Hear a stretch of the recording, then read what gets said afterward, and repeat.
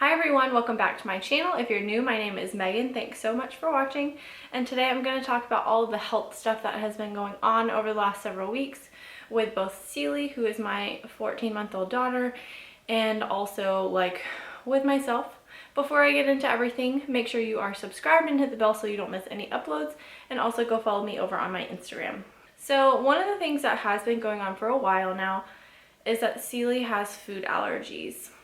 I have struggled with food allergies my entire life. When I was like 6 weeks old or whatever, when my mom was going back to work, she tried to put me on formula and I had a reaction to the soy in the formula, and the soy allergy is following me until this day. I even had a kid at work that is on Nutramigen, which is supposed to be a hypoallergenic formula, and one of the ingredients is soy oil, and he spit up on me right after drinking a bottle, and I had hives on my arm where it had soaked through to my jacket.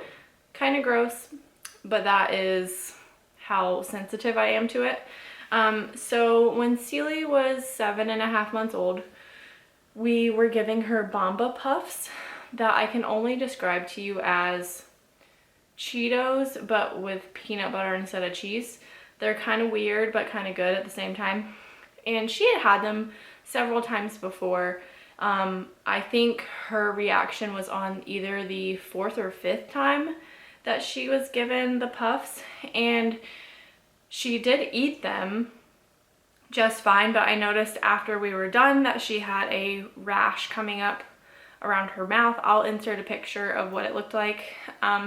Pretty scary, quite honestly. So at that point, we made an appointment with a really well-known and good pediatric allergist in our area. He's also an ENT, which is interesting.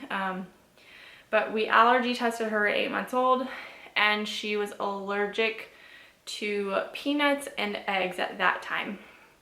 So in between, that was in, I believe, like the end of January, and now she has also reacted to almond milk.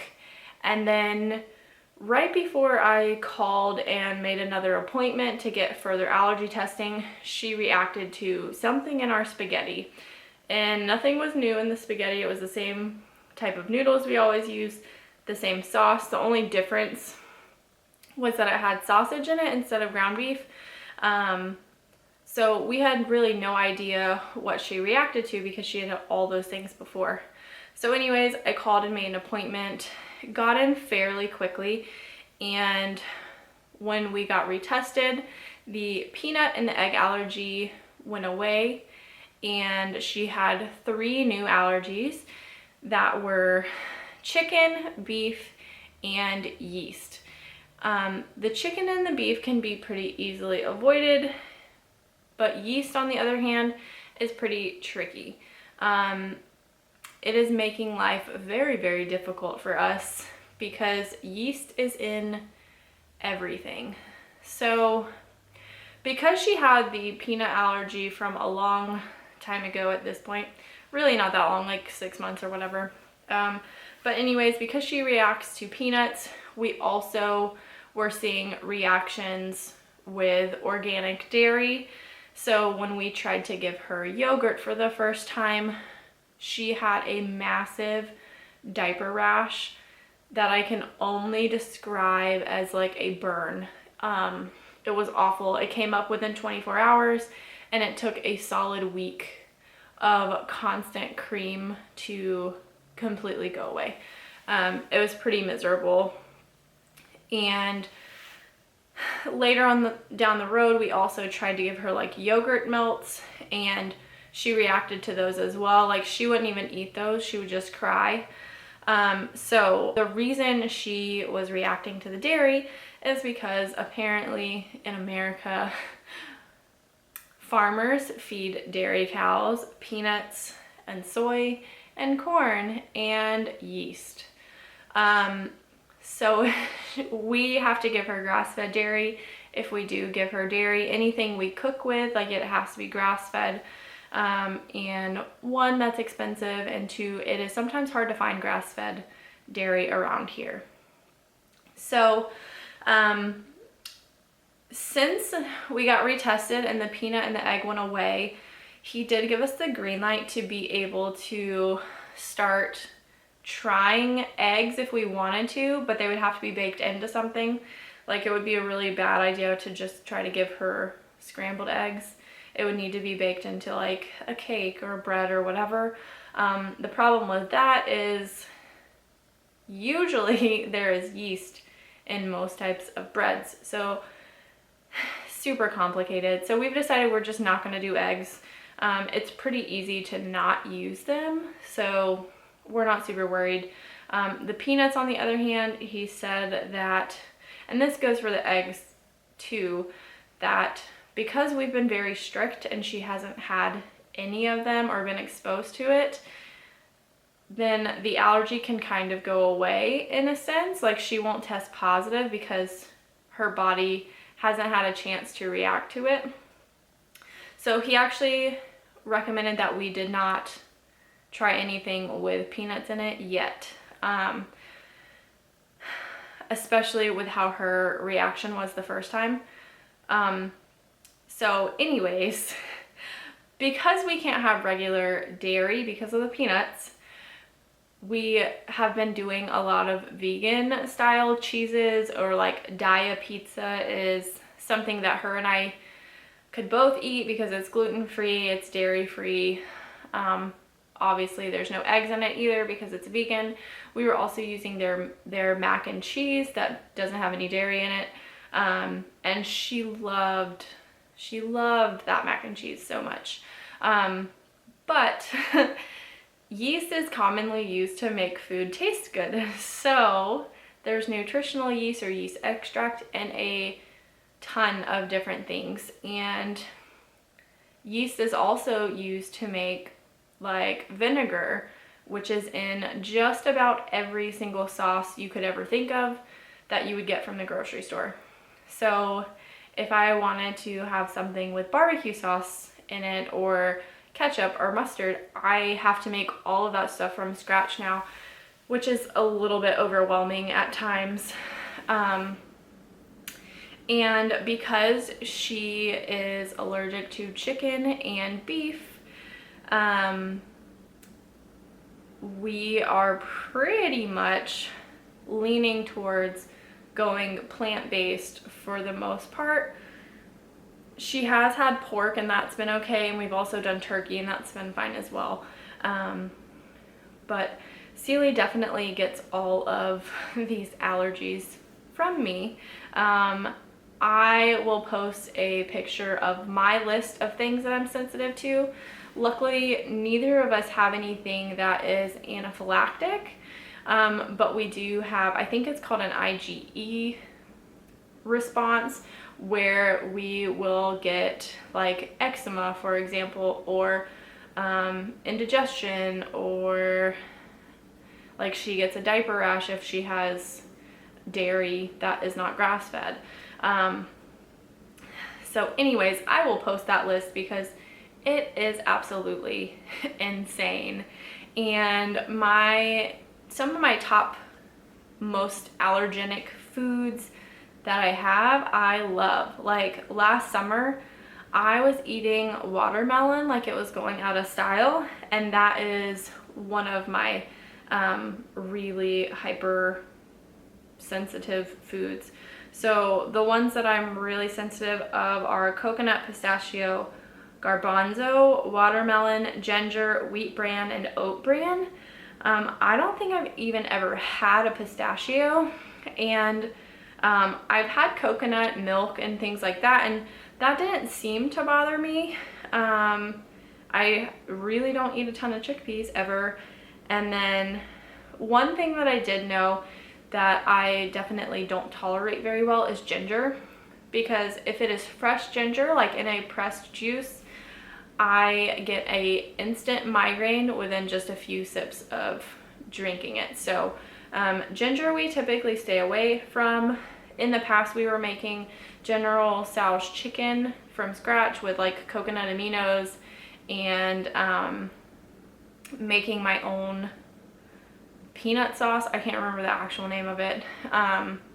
Obviously we haven't been doing that in a long time, but that had ginger in it as well, but it was powdered ginger and it was like 1/4 teaspoon, and I seem to tolerate that fine.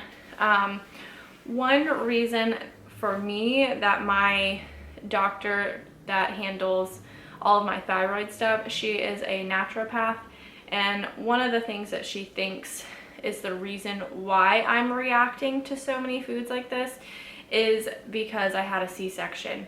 So apparently just having like an open abdominal surgery can lead to leaky gut syndrome basically, and that's why I react on, at least on blood work, to all of these foods. It's just crazy.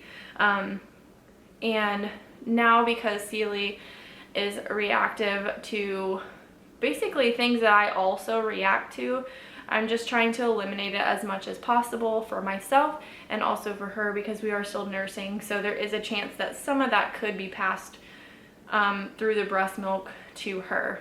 So anyways, that is where we're at on food allergies.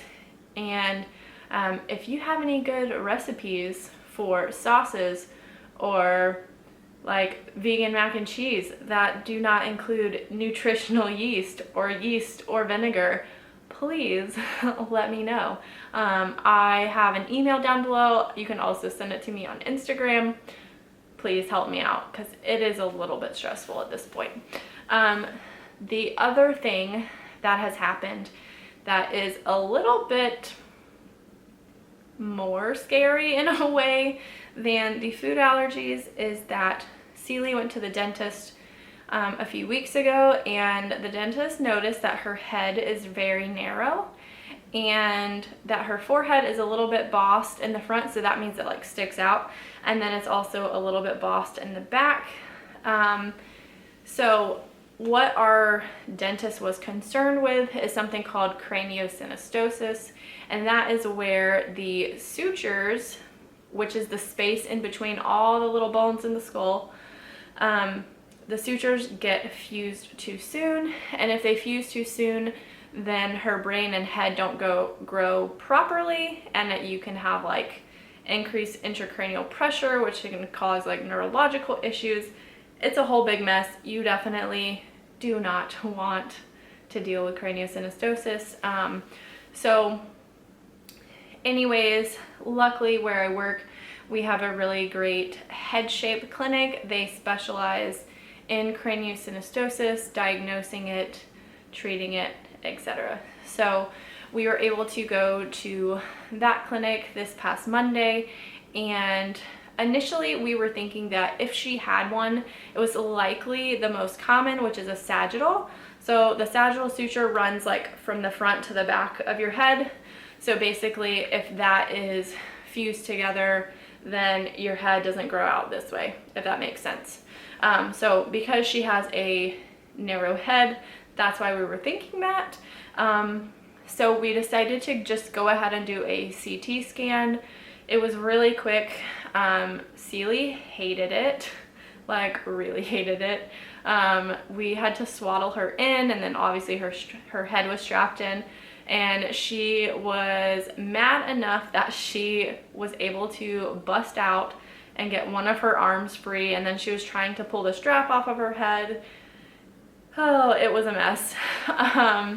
So then I went back to the doctor's office and waited to get the results back, and the radiology report was taking like a long time, but the nurse practitioner that we saw was super nice, and she pulled up the 3D reconstruction of the CT scan, which was really cool.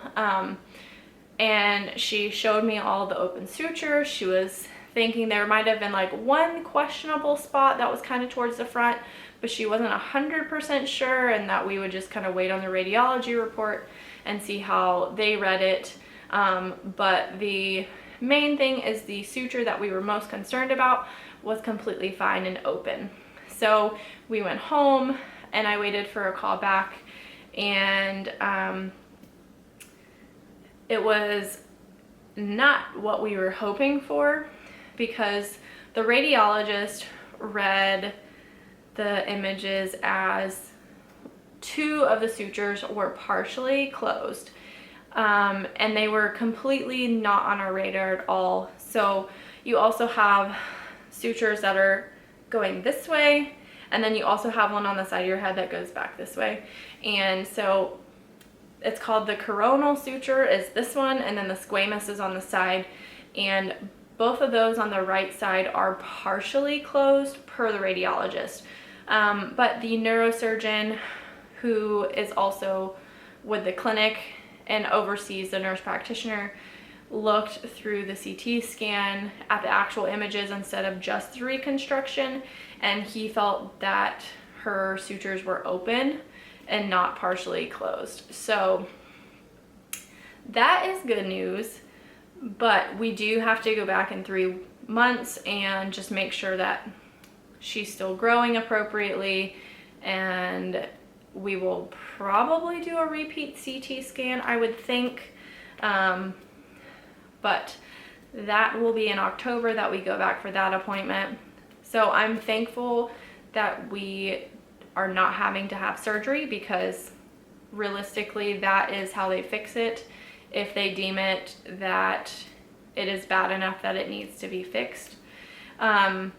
So thankfully it's not like an emergent thing, and we can just kind of monitor it. But it does kind of stink to be left in limbo, and we're just kind of like waiting to see what's going to happen. I would have felt much better if they would have looked at the CT scan and been like, oh yeah, everything's open. And if like radiology agreed and the nurse practitioner agreed, like that would have made me feel a lot better. But there is still just like some question that it could be something that we have to look at in the future. So it's been a rough couple of weeks, to say the least. But that is going to be it for this video. If you have any questions, leave them down in the comments below.